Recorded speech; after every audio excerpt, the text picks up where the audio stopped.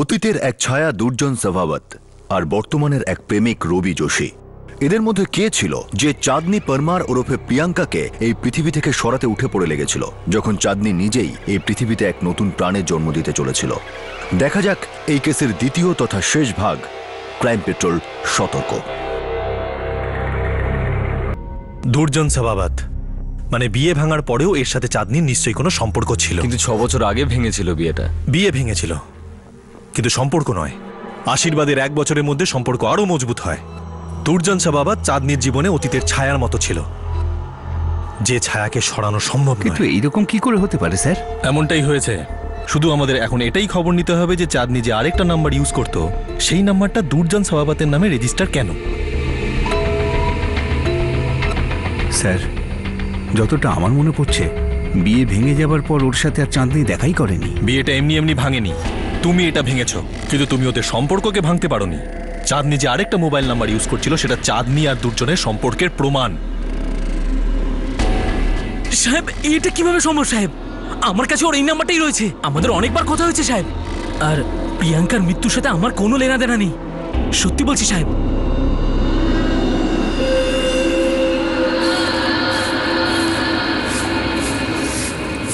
আরে শারদা, কেমন আছিস তুই?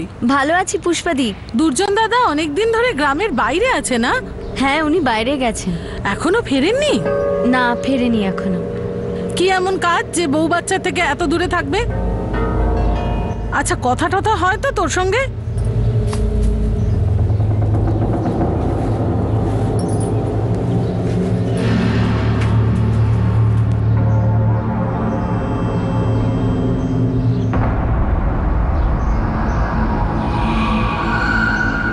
স্যার, দুর্জন অনেকদিন ধরে গ্রামে আসেনি। ওর মোবাইল নাম্বার পেয়েছি আমি এখানকার একটা মোবাইলের দোকান থেকে। নাম্বারটা বল। 444 76 79 87। কিন্তু স্যার, নাম্বার এখন বন্ধ রয়েছে। তার মানে দুর্জন মার্ডারটার সঙ্গে জড়িয়ে রয়েছে। দুর্জনের বোন মেঘনা মুম্বাইতেই থাকে। এই মেঘনার নাম্বারটা স্যার এখনো পাইনি। আমি নাম্বারটা পেয়ে গেলেই সঙ্গে সঙ্গে আপনাকে SMS করছি। স্যার, দুর্জন বেশ কিছুদিন ধরে কবিপুর মধ্যপ্রদেশে নিজের বাড়িতে ফেরেনি। ফোন সুইচ অফ আছে। আর রেকর্ড বলছে যে চাঁদনি আর দুর্জনের মধ্যে প্রায় রোজই কথা হতো। হয়তো বিয়ে ভাঙার পরেই তারটা আবার জুড়েছিল, বা তারটা হয়তো জোড়াই ছিল। আর স্যার, চাঁদনির মার্ডারের দিন দুর্জনের ফোনের লোকেশন এটা ছিল। 12 জুন দুর্জনের ফোনের লোকেশন ছিল ভান্ডুপ, যেখান থেকে আমরা চাঁদনির লাশ পেয়েছি।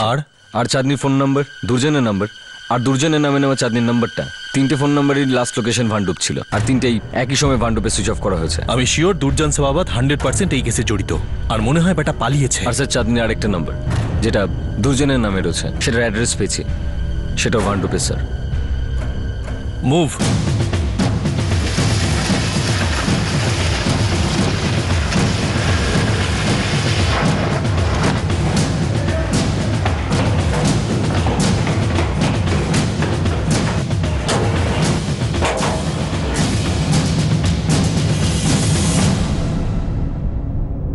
আপনাদের এই পাশের ফ্ল্যাটে কে থাকে? এটা তো বাবুরাওয়ের ফ্ল্যাট, ভাড়াতে দিয়েছে। মেঘনা সাভাবত বলে কেউ থাকে। বাবুরাও কোথায় থাকে? পানভেলে।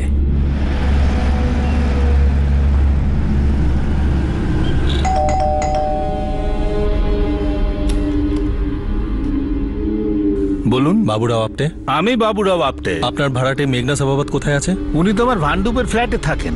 কেন স্যার, কিছু গন্ডগোল হয়েছে নাকি? এই মেঘনা সাভাবত আপনার ফ্ল্যাটে কতদিন ধরে আছেন? এই দেওয়ালিতে 5 বছর পুরো হবে। স্যার, এই রেন্ট এগ্রিমেন্টে মেঘনা সাভাবতের নাম্বারটা পেয়েছি। মেঘনা সাভাবতকে ফোন করতে হবে না, বুঝলে? রেকর্ড বার করো, সময় সুযোগ হলেই তুলে নিয়ে চলে আসবো। Yes sir. দুর্জনের কোনো খোঁজ ছিল না, কিন্তু পুলিশ দুর্জনের বোন মেঘনা কোথায় থাকে তা জেনে গিয়েছিল। পুলিশ এবার সুকৌশলে চুপচাপ নিজেদের কাজ করতে লেগে পড়ল। কোন রকম ভুল পদক্ষেপ নিল না যাতে দুর্জন আগে থেকে সতর্ক হতে পারে। পুলিশ এবার দুর্জনের বিরুদ্ধে গুরুত্বপূর্ণ প্রমাণ খুঁজছিল। স্যার, এই মেঘনার সঙ্গে নরেশ বলে একজনের রেগুলার কথা হয় প্রত্যেক দিন। তাহলে নরেশের সাথেই কথা বলা যাক সামনাসামনি। ওই আমাদের নিয়ে যাবে মেঘনার কাছে, আর মেঘনা নিয়ে যাবে দুর্জনের কাছে। তুমি নরেশ দ্বিবেদী? হ্যাঁ স্যার। মেঘনা সাভাবতকে চেনো? হ্যাঁ চিনি স্যার, খুব ভালো করে। কি ব্যাপার স্যার? মেঘনাকে কিভাবে চেনো? আমার বন্ধু হয়। কেমন বন্ধু? কেমন বন্ধু? স্যার ও আমার বন্ধু হয় স্যার, মানে স্যার খুব ভালো সম্পর্ক স্যার আমার সাথে ওর। স্যার প্লিজ এখন তো বলুন কি হয়েছে? মার্ডার হয়েছে, আর আমাদের সন্দেহ মেঘনার ভাই দুর্জন এতে ইনভলভ। তাই তুই এক্ষুনি মেঘনাকে ফোন কর, তারপর কি করতে হবে আমরা বলবো।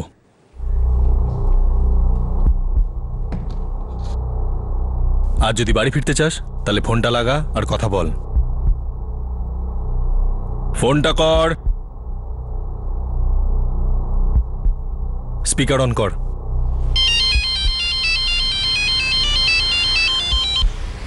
হ্যাঁ নরেশ। হ্যাঁ নরেশ আবার কি? মেঘনা কোথায় তুমি? একটা ফোন করলে না, মেসেজ করলে না? এখন একটু সমস্যায় আছি, একটু পরে ফোন করি, ঠিক আছে? না না ঠিক নেই মেঘনা, আমি তোমার বাড়িতে গিয়েছিলাম, দেখলাম সেখানে তালা লাগানো। তুমি এখন কোথায়? স্টেশনে যাচ্ছি। কেন, কি হয়েছে? আরে কিছু তো বলো। কি বলবো, আমার ভাই দুর্জন খুব খারাপ ভাবে ফেসে গেছে। ও একটা খুন করে ফেলেছে। কি? এই জন্য আমি এতদিন বাড়ি যাইনি। মেঘনা তুমি এসবের মধ্যে কেন জড়াচ্ছ? নরেশ, দুর্জন আমার ভাই। আচ্ছা তুমি এটা বলো যে দুর্জন এখন কোথায় আছে? আজকে পাঞ্জাব মেলে আসবে, তাই দাদা স্টেশনে যাচ্ছি ওকে আনতে। তারপর ওখানেই ঠিক করব কি করতে হবে এবং কিভাবে করতে হবে। ট্রেন কটার সময় আসবে? 7টার সময় আসবে। মেঘনা এখন 3:30 বাজে, আমিও দাদা স্টেশনে আসছি। হ্যাঁ নরেশ, তাড়াতাড়ি চলে আসো, আমার খুব ভয় করছে।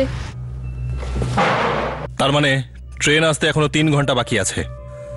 আমার দুর্জনকে চাই, কোনোভাবেই যেন ও আমাদের হাত থেকে পালাতে না পারে।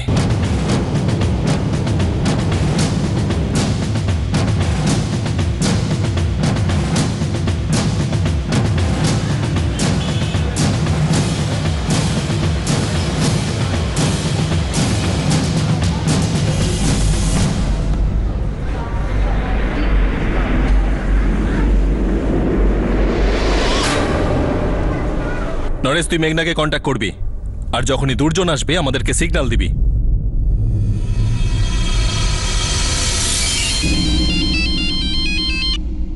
নরেশ কোথায় তুমি? আমি দাদার পৌঁছাচ্ছি। ঠিক আছে, তুমি 2 নম্বর প্ল্যাটফর্মে চলে এসো। আচ্ছা ঠিক আছে আসছি। স্যার 2 নম্বর প্ল্যাটফর্মে।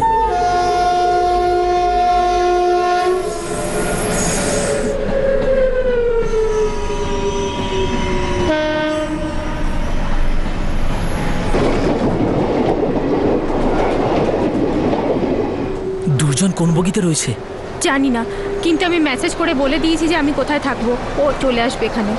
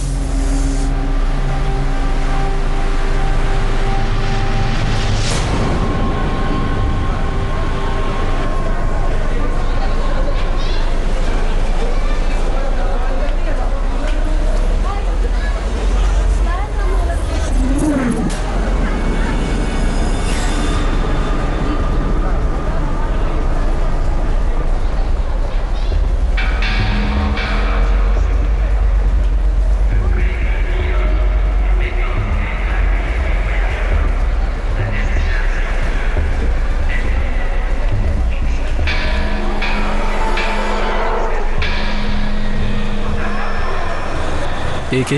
ও আমার বন্ধু নরেশ।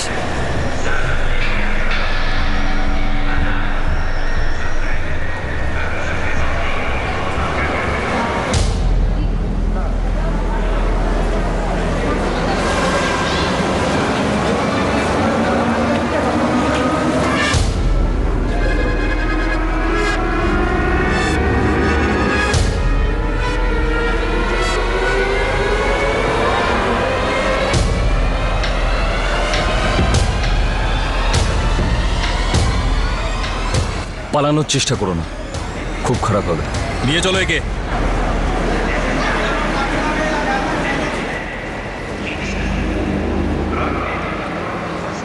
দুর্জন সাভাবত ফাইনালি পুলিশের হেফাজতে চলে এলো। রহস্যের মেঘ কাটতে লাগলো। চাঁদনি ওরফে প্রিয়াঙ্কার অতীতের ছায়া শেষমেশ প্রকাশ পেতে লাগলো। এবার জট খুলতে চলেছে সবচেয়ে বড় রহস্যের, যে চাঁদনি আর দুর্জন ছাড়াছাড়ি হওয়ার পর কেন এবং কিভাবে মিলল, আর এই মিলন চাঁদনির জীবন কেন শেষ করলো। স্যার, আপনি কোন খুনের কথা বলছেন? আমি কিছু বুঝতে পারছি না।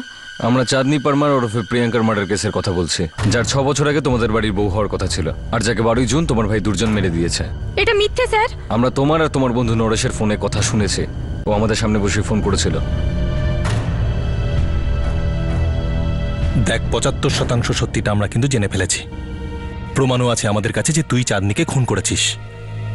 এখন তুই যতই কান্নাকাটি করিস না কেন যে না স্যার আমি কিচ্ছু করিনি, আমি নির্দোষ, তাহলে ইলেকট্রিকের শক দিয়েই তোর কান্না বন্ধ করব। বিয়ে ভাঙার পর তুই চাঁদনির জীবনের দ্বিতীয়বারের জন্য কিভাবে আসলি? তখন তো তুই একটা বিয়ে করেছিলি, তোর একটা বাচ্চাও ছিল। স্যার এটা সত্যি আমার বিয়ে হয়েছিল আর বাচ্চাও হয়েছিল। সবকিছু অতীত হয়ে গেছিল স্যার, কিন্তু আমি চাঁদনিকে ভুলতে পারিনি। ও 1 বছর ছিল আমাদের সঙ্গে। মা আর বাবা ওকে খুব পছন্দ করত। আমি তো ভালোই বেসে ফেলেছিলাম ওকে। আমার মা বাবা আমার জন্য মেয়ে দেখেছিল, আর আমরাও একে অপরকে খুব ভালোবাসতে শুরু করেছিলাম।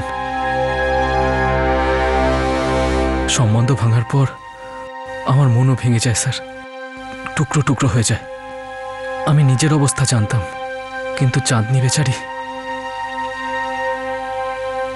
তারপর 3 বছর আগে আমি আর আমার বাবা মা ললিতপুর গেছিলাম আমার কমলেশ মামার মেয়ের বিয়েতে।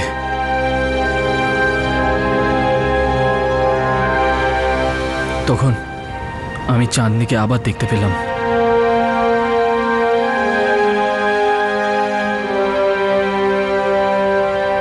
চাঁদনি?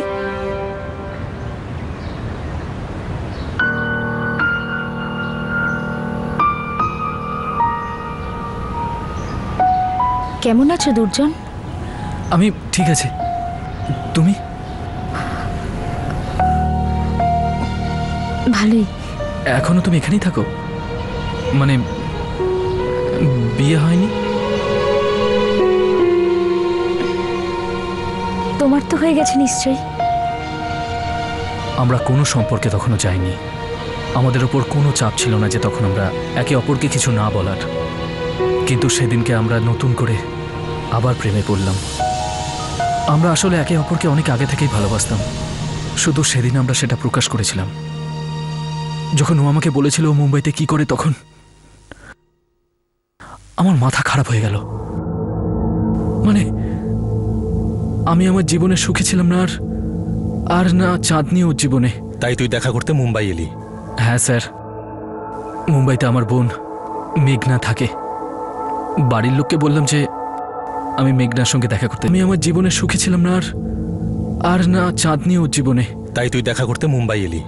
হ্যাঁ স্যার, মুম্বাইতে আমার বোন মেঘনা থাকে। বাড়ির লোককে বললাম যে আমি মেঘনার সঙ্গে দেখা করতে যাচ্ছি।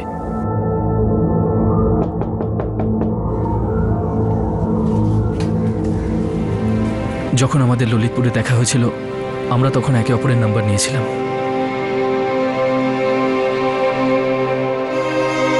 স্যার, ও আমাকে দেখে খুশি হয়েছিল, হয়তো ততটাই যতটা আমি ওকে দেখে হয়েছিলাম।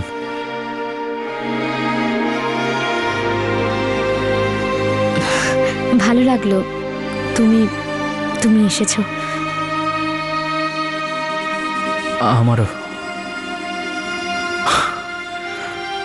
এমন মনে হচ্ছে যেন মাঝখানের এই বছরগুলো কাটেইনি।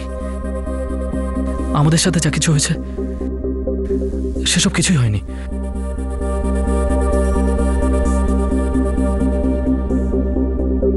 ও আমার বিয়ে হয়ে গেছে সেটা জানতো, আর আমি জানতাম ওর পরিস্থিতি আর অবস্থা কিরকম।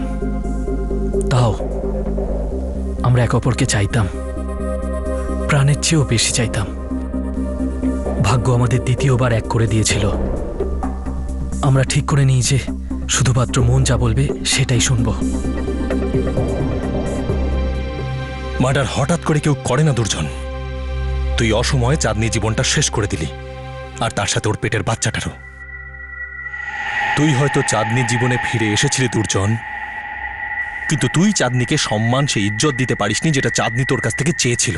তুই শুধু চাঁদনির শরীরটাকে ভালোবেসেছিলি, ওই মানুষটাকে নয়। তুই তো এই সম্পর্কটাকেই স্বীকার করতে রাজি ছিলি না, কারণ চাঁদনির কাজটা তোর হজম হয়নি। এমন নয় স্যার,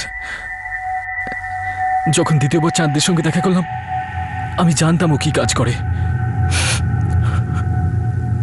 আমার অবস্থাও চাঁদনির মতোই ছিল, আমি চেয়েও কোনো সাহায্য করতে পারতাম না। কিন্তু যে সময়টা আমরা একসঙ্গে কাটাতাম তাই নিয়ে সুখে ছিলাম। তাহলে ওকে মেরে ফেললি কেন? স্যার আমি জানতাম একদিন না একদিন ওর জীবনে কেউ আসবে যে ওর জীবন বদলে দেবে। আর সে হলো রবি যোশী। রবিকে তুই হিংসে করতিস, ওর সাথে চাঁদনির সম্পর্ক তুই সহ্য করতে পারিসনি। না স্যার, আসলটা সেটা নয়। আসল হলো এটা যে আমরা দুজনেই সম্পর্ক নিয়ে হাঁপিয়ে উঠেছিলাম, একঘেয়ে হয়ে গেছিল। আমি জানতাম যে আমাদের এই সম্পর্কের কোনো ভবিষ্যৎ নেই। তাহলে চলে যেতিস, ফিরে যেতিস তোর নিজের পরিবারের কাছে। চাঁদনিকে খুন করার কি দরকার ছিল তোর? স্যার ও আমার থেকে টাকা হাতাতে চেয়েছিল, আমাদের সম্পর্ককে টাকা দিয়ে মেপেছিল, আমার ভালোবাসাকে টাকা দিয়ে মেপেছিল, পেমেন্ট চেয়েছিল আমার থেকে। হ্যাঁ, ৭৫,০০০। ৭৫,০০০? তুমি পাগল হয়ে গেছো? আমি কোথা থেকে আনবো এত টাকা? এটা তোমার আগে ভাবা উচিত ছিল দুর্জন। গত ৩ বছরে আমরা যতবার শুয়েছি তার হিসেব করলাম, সেই মতোই ৭৫,০০০ বললাম তোমাকে। চাঁদনি, আমি ভালোবাসি তোমাকে, আমি তোমার কাস্টমার নই। তাহলে কি তুমি? তাকাও আমার চোখের দিকে আর বলো যে আমাদের মধ্যে সত্যি ভালোবাসা ছিল না। ওই ভালোবাসাটা একটা ছায়া আমাদের অতীতের। আমার এই মুহূর্তে সত্যিটা হলো আমার বোন অঙ্কিতের একটা ভালো ঘরে বিয়ে দেওয়া, আর তার জন্য আমায় একটু একটু করে টাকা জমাতে হচ্ছে। আমি চাই না যে ওর জীবনটাও আমার মতো হয়ে যাক। মানে তুমি এইভাবে আমার কাছ থেকে টাকা নেবে? আমি সবকিছু করতে পারি দুর্জন, আমার শুধু টাকা চাই। ও শুধু টাকা চেয়েছিল, আর যেটা আমার কাছে ছিল না। ও যে কাজ করতো তাতেও আমার রাগ উঠতো, মাথা গরম হয়ে যেত, আর ও শুধু টাকা টাকা করতো। কি বললে তুমি? কি করবে তুমি? আমি তোমার গ্রাম কবিপুরের পঞ্চায়েতের কাছে যাব আর সবাইকে বলে দেব তোমার আর আমার ব্যাপার। চাঁদনি, এটা তুমি ঠিক করছো না। তুমি এরকম করতে পারো না আমার সাথে। তুমি আমার সাথে তো সবকিছুই করেছো দুর্জন। আমি তো গ্রাম পঞ্চায়েতকে আমাদের বাচ্চার কথাও বলবো। বাচ্চা? হ্যাঁ, তোমার বাচ্চা, যে 2 মাস ধরে আমার ভেতরে বড় হচ্ছে।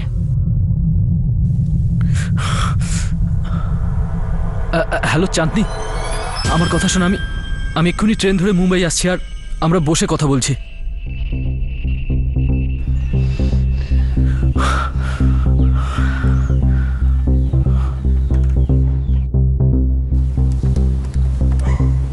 আমার ৭৫,০০০ টাকাটা আজকেই চাই। চাঁদনি, আমি ৭৫,০০০ আমার কাছে নেই। বোঝার চেষ্টা করো তুমি। আমি ওসব কিছু জানি না, আমার শুধু টাকাটা চাই, ব্যাস। আমি আজকেই আসছি টাকা নিতে।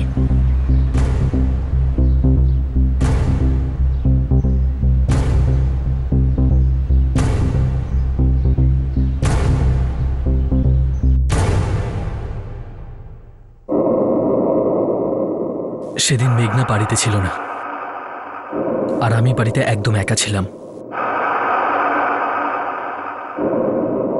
তুই আগে থেকেই প্ল্যান করেছিলি যে তুই ওকে মারবি? হ্যাঁ স্যার, কিন্তু আমি ওকে মারতে চাইনি স্যার। কে জানে, আমার মাথায় ঢুকছিল না আমি কি করব। আমি কিছু বুঝতে পারিনি। খুন কি কখনো কিছুর সমাধান হয়েছে? জানি স্যার, সেজন্য আমি শেষ চেষ্টা করেছিলাম সম্পর্কটাকে বাঁচানোর, যাতে খুন করার প্ল্যানটা আমার চেঞ্জ হয়ে যায়। তাই আমি ওর কাছাকাছি গেলাম। অনেকক্ষণ আমরা ঘনিষ্ঠ ছিলাম স্যার। আমার মনে হয়েছিল যে কোনোভাবে হোক ওকে বুঝিয়ে সুঝিয়ে রাজি করাবো, আর বলবো যে আমার কাছে টাকা নেই, আমি দিতে পারবো না টাকা। টাকাগুলো দিয়ে দাও দুর্জন, আমাদেরই হয়ে যাচ্ছে। চাঁদনি, দেখো দুর্জন, পেটের বাচ্চার দায় আমি তোমার উপর চাপাবো না, কিন্তু এখন আমাকে টাকাগুলো দিয়ে দাও। তারপর যখন তোমার ইচ্ছে করবে তুমি আমার কাছে চলে এসো, আমাকে ব্যবহার করো, আমি আটকাবো না তোমাকে, কিন্তু আমার পুরো টাকাটা চাই। টাকাটাই সব দুর্জন, যেটা অঙ্কিতার বিয়ের জন্য আমার দরকার। দিয়ে দাও আমায় টাকাটা, যেতে হবে আমায়। আরে নেই তো, কোথা থেকে দেবো আমি তোমাকে টাকা? তাহলে আমাকে এখানে কেন ডাকলে? দুর্জন, তুমি কেন বুঝতে চাইছো না? তুমি আমার ৭৫,০০০ টাকা ব্যবহার করেছো। অন্যান্য কাস্টমারদের মতোই তোমার আর আমার মধ্যে আর কোনো সম্পর্ক নেই। দিয়ে দাও আমার টাকাটা দুর্জন, ওটা কিন্তু আমার হকের টাকা।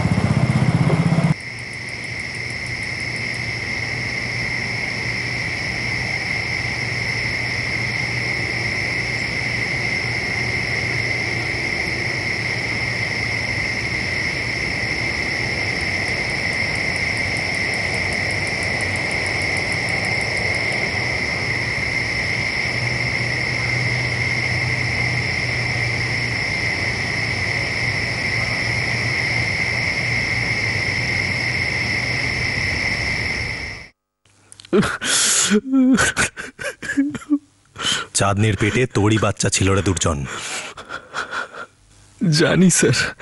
ওর গ্রামে ওর বাবা মার কাছেও একটা বাচ্চা আছে, 2 বছর বয়স।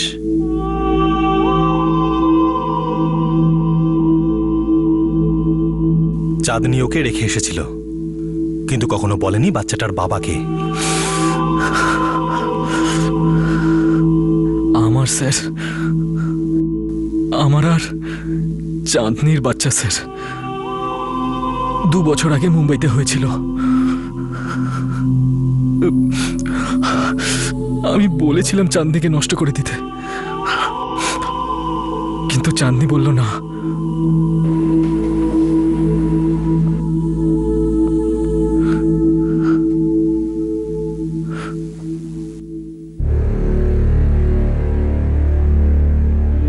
তোমাদের বাড়িতে যে বাচ্চাটা আছে সেটা চাঁদনিরই বাচ্চা, আর ওর বাবার নাম হলো দুর্জন সভাবত। এবার তোমরা চাইলে তোমাদের গ্রামে ফিরে যেতে পারো।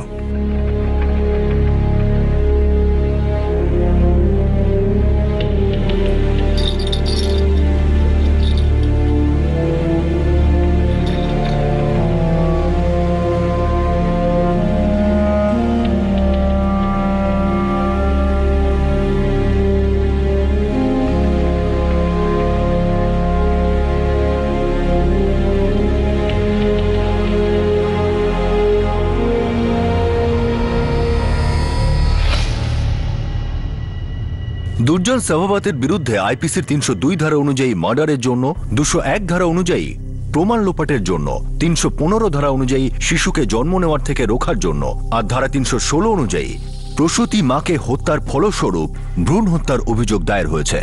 আপাতত সে আইনি হেফাজতে রয়েছে। দুর্জন ছিল অতীতের এক ছায়া, এমন একটা অতীত যা দুর্জন আর চাঁদনি দুজনের জীবনকেই পুরোপুরি বদলে দিয়েছিল। আর এখন যখন সেই অতীতের ছায়া বর্তমানে এসে পড়ল, তখন তারা তাদের মধ্যে যে অতীতে ভালোবাসার সম্পর্ক ছিল তাকে শুধুমাত্র ভুল পথে নিয়ে গেল।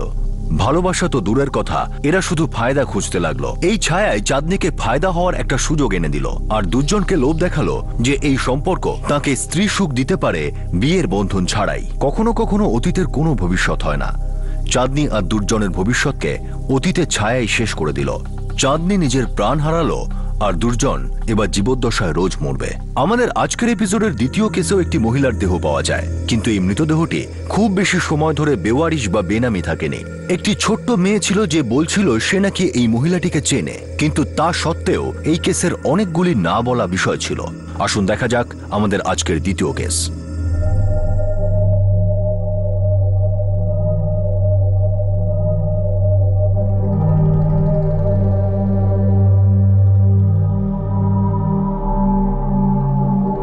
বাবু, তোমার নাম কি? কাঞ্চি। এই বাচ্চাটিকে আপনি কোথায় পেলেন? আমি মর্নিং ওয়াক করে ফিরছিলাম, বাচ্চাটা রোড ডিভাইডারের ওপর পড়েছিল।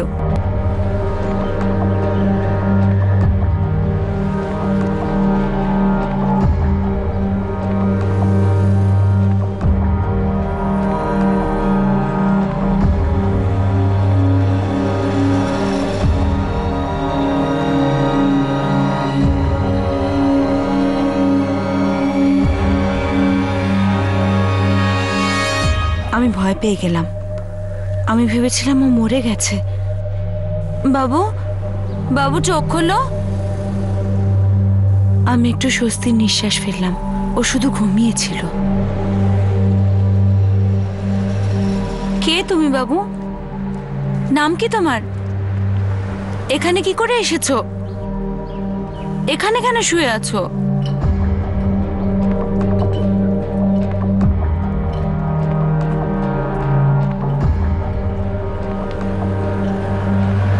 আচ্ছা, এসো এসো, আমার কাছে এসো। বাড়ি কোথায় তোমার বাবু? আর মা বাবা কোথায় বলো?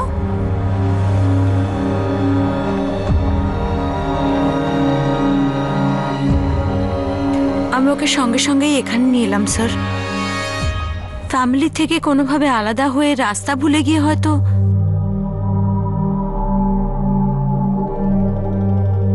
চিকলে, ওর হাতে মেরুন নেল পালিশ আর ট্যাটুটা দেখলে? হ্যাঁ স্যার, ওই মহিলাও ঠিক এই রকমই একটা মেরুন রঙের নেল পালিশ পরেছিল এবং ওর ট্যাটু স্টাইলটা অনেকটা এরকমই ছিল।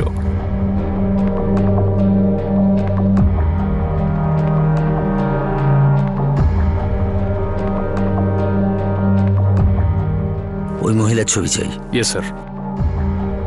শেখা দেবী বাচ্চাটাকে এখানে এনে ভালোই করেছেন। হতে পারে এর সাহায্যে আমরা কিছু সূত্র খুঁজে পাবো। এতে আপনার অ্যাড্রেস আর ফোন নাম্বারটা লিখে দিন।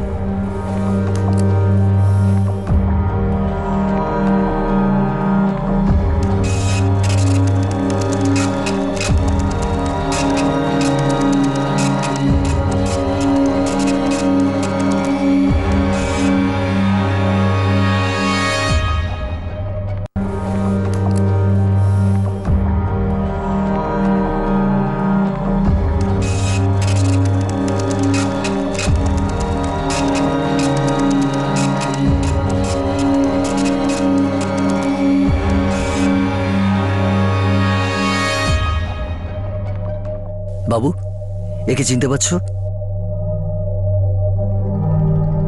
মা। বাবু, সত্যি এ তোমার মা?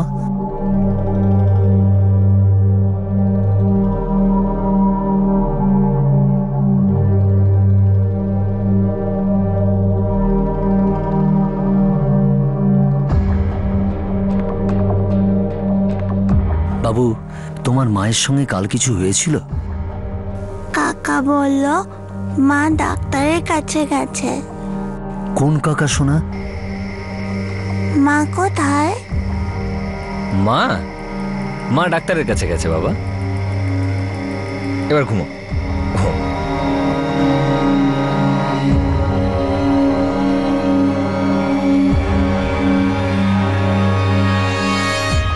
বাবু, কাকার নামটা মনে আছে?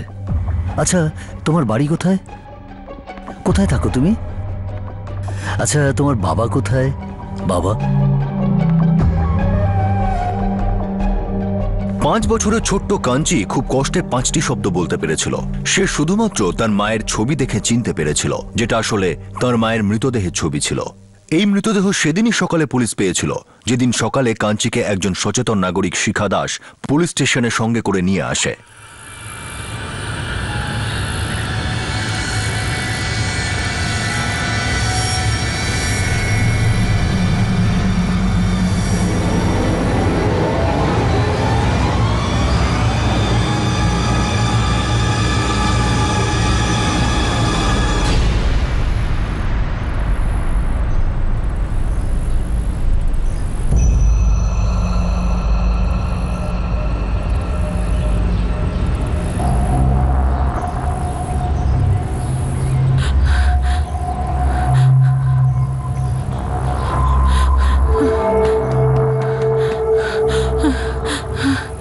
কি হয়েছে রে রূপা?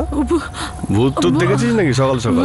বিজয় দাদা, ওখানে একজন মহিলা। কি হয়েছে মহিলার? একজন মহিলা মরে পড়ে আছে। মহিলা মরে পড়ে আছে?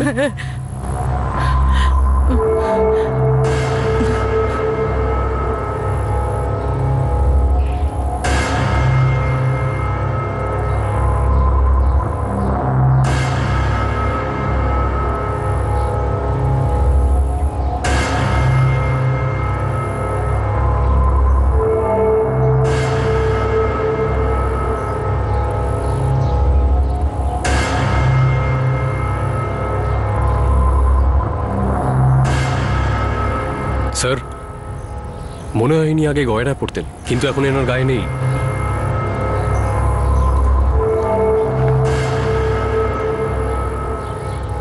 মনে হচ্ছে গলা টিপে মেরেছে। স্যার, এনার হাতে ট্যাটু আছে এনার নামে, দেবকী সম্ভাজি মোড়ে। না স্যার, ও এখানকার না। যদি হতো তাহলে আমরা ফট করে চিনে ফেলতাম। হাতে নাম লেখা আছে দেবকী সম্ভাজি মোড়ে। এর নাম দেবকী, আর সম্ভাজি নিশ্চয়ই স্বামী কিংবা বাবার নাম। আশেপাশে বস্তিতে কোনো সম্ভাজি নামের কেউ আছে? সম্ভাজি মোড়ে না স্যার, এখানে কোনো সম্ভাজি মোড়ে থাকে না, আর এও বাইরেরই।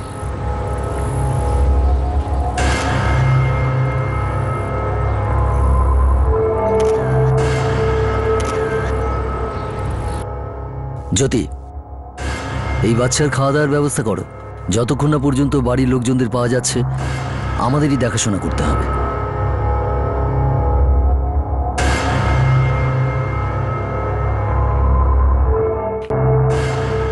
মৃত্যু শ্বাসরোধ হওয়ার কারণে হয়েছে।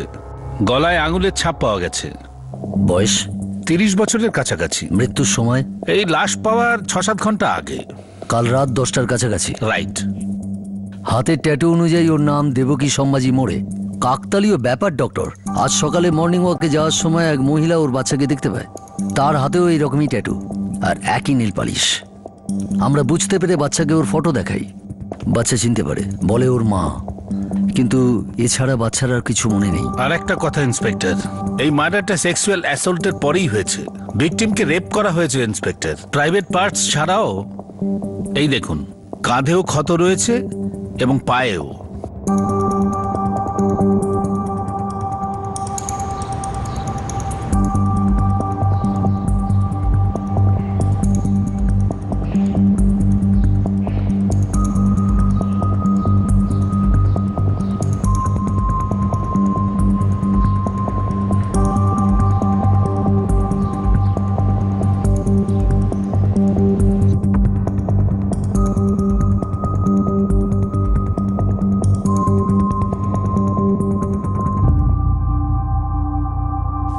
বাবু, এ নাও, দুধ খেয়ে নাও।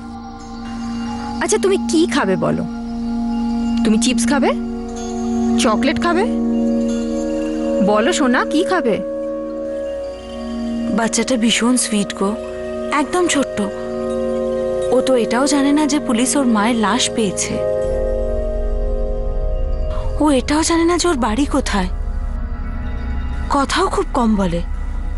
মনে হয় ওকে জেনে বুঝেই কেউ একটা রাস্তায় ফেলে দিয়ে গেছে, আর জ্যান্ত ছেড়েছে, এটাই যথেষ্ট। কাঞ্চি নাম ওর। পুলিশ ওর মায়ের লাশ আস্তাকুর থেকে পেয়েছে। কি হয়েছে শহরটার? যখনই কাগজ পড়ো, নিউজ দেখো, প্রত্যেক দিন কারোর না কারোর লাশ পাওয়া যাচ্ছে এখানে সেখানে। এই শহরের মানুষ কি আর মানুষ নেই না কি বলো তো? আমি তো শুধু বাচ্চাটার কথা ভাবছি। স্যার, কান্দিবালি এলাকার সমস্ত বস্তিতে আমরা খোঁজ করেছি, কিছু পাইনি। প্রত্যেক পুলিশ স্টেশনের মিসিং ডায়েরি আমরা চেক করেছি, কিছু পাইনি। যদিও অ্যাডভার্টাইজমেন্ট আর পোস্টারের অর্ডার আমি দিয়ে দিয়েছি। এটা কোনো ব্লাইন্ড কেস নয় চিকলে। আমাদের কাছে ভিকটিমের নাম আছে, দেবকী সম্ভাজি মোড়ে, আর ভিকটিমের মেয়ে আমাদের কাস্টাডিতে। আচ্ছা, ওই বাচ্চাটা কাঞ্চি কেমন আছে? আগের মতনই আছে স্যার, একদম চুপচাপ। জ্যোতি আর বাকি লেডি কনস্টেবলরা ওকে দেখাশোনা করছে। কাঞ্চি, তোর বাবা কি করে? কিছু মনে আছে তোর? তুই বাড়ি যেতে চাস না? আচ্ছা ঠিক আছে, তুই বল যে তোর বাড়িতে কে কে আছে, দাদু দিদা, ভাই বোন। হ্যাঁ, কিচ্ছু মনে নেই তোর?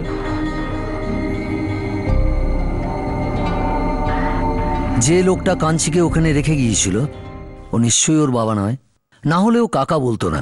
একটা চান্স নিয়ে দেখি স্যার, আমরা যদি আধার কার্ডের ডেটাবেসটাকে স্ক্যান করি, বা রেশন কার্ড বা ভোটার আইডি কার্ড। হ্যাঁ, নাম তো আমাদের কাছে আছে, দেবকী সম্ভাজি মোড়ে। এই নাম কোথাও না কোথাও তো রেজিস্টার হবেই। দেবকী মোড়ে স্ক্যান করো, সম্ভাজি মোড়ে স্ক্যান করো, আর শুধুমাত্র মোড়ে স্ক্যান করো, কোথাও না কোথাও তো পাওয়া যাবেই। আমাদের ভিকটিম দেবকী সম্ভাজি মোড়ের খুনিকে ধরতে হবে, আর ওদের আত্মীয় স্বজনদেরও, যাতে ওদের মেয়েকে বাড়িতে পৌঁছে দেওয়া যায়। ও এই সময় আমাদের কাস্টাডিতে কিছু না বলেও অনেক কিছু বলছে। কি হচ্ছে বাবা? জোরে ফেলো বলটা, জোরে ফেলো, ফেলো। শাবাশ, যাও এবার গিয়ে নিয়ে এসো। ঠিক আছে, যাও তাড়াতাড়ি নিয়ে এসো। ঠিক আছে,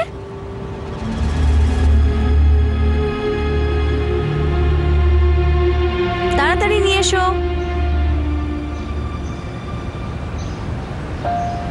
এটা কি? মাত্র 80,000। এখন আমার কাছে এটাই আছে, বিক্রি করতে চাইলে বিক্রি করে দে, না হলে ওটা ফিরিয়ে নিয়ে চলে যা।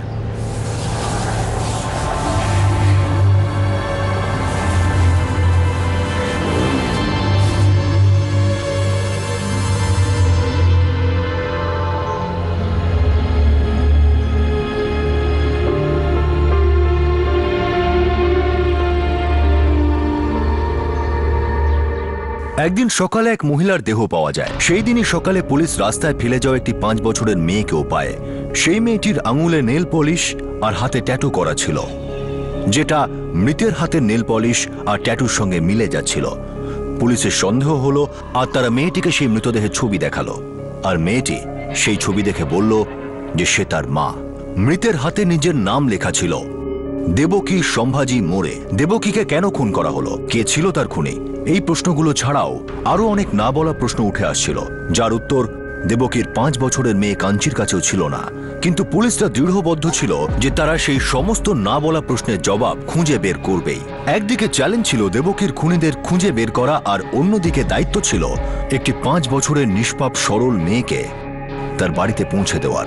এইদিকে শহরের একজন সচেতন নাগরিক শিখা দাসকে কাঞ্চির জন্য চিন্তা কুরে কুরে খাচ্ছিল। ইনি হলেন সেই মহিলা যিনি আজকের শহুরে জীবনের ব্যস্ততার মধ্যেও নিজের মধ্যের মানবিকতার ডাকে সাড়া দিয়ে 5 বছরের কাঞ্চিকে রাস্তা থেকে তুলে এনে পুলিশ স্টেশনে পৌঁছেছিলেন। এই কেসের অনেক না বলা কথা আমরা শুনবো এবং দেখব আগামী দিন আগামী পর্বে এই কেসের দ্বিতীয় তথা শেষ ভাগে। আপনাদের সাথে আবার দেখা হবে ক্রাইম পেট্রোল সতর্কতে। ততক্ষণ নিজের খেয়াল রাখবেন, সুরক্ষিত থাকবেন, আর মনে রাখবেন, যদি আমরা সেরা হওয়ার প্রতিযোগিতায় না যাই তাহলে আমরা অনেক কিছুই করতে পারবো। সঠিক সময়, সঠিক পদক্ষেপ, সতর্ক থাকুন। জয় হিন্দ।